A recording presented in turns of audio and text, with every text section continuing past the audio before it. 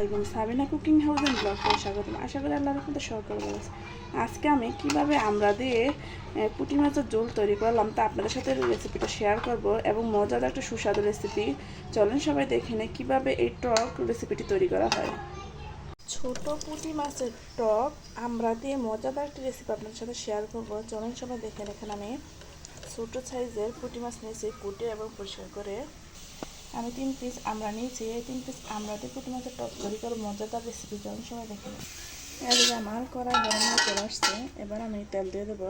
বিসমিল্লাহির রহমানির রহিম। তেল দিয়ে দিয়েছি, এবার আমি পেঁয়াজ দিয়ে দেবো।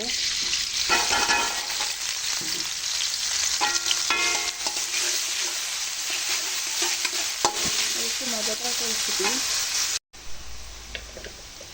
এখন আমি মশলা অ্যাড করে নেবো। দিয়ে দিচ্ছি লবণ, হলুদ, আদা রসুন, মরিচ,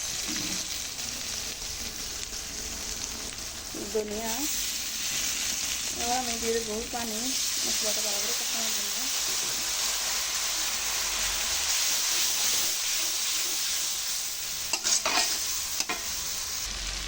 কাঁচামরিচ,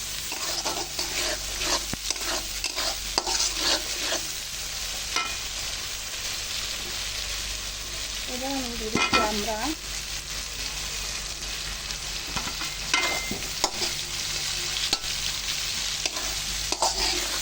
দুটো সিদ্ধ সময় লাগবে, এর জন্য আমি প্রথমে দিয়ে দিলাম। এবার আমি দিয়ে দেবো পুঁটি মাছগুলা। পুঁটি মাছের টক আমরা দিয়ে অবশ্যই মজাদার রেসিপি, অবশ্যই আপনাদের ভালো লাগবে। এভাবে আপনারা বাসায় ট্রাই করবেন। এবার আমি তেল দিয়ে দেবো।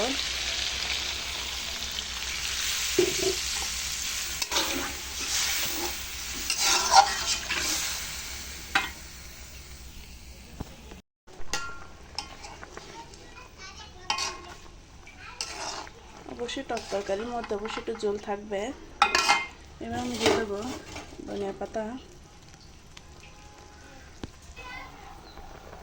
এবার দিয়ে দিচ্ছি জিরা।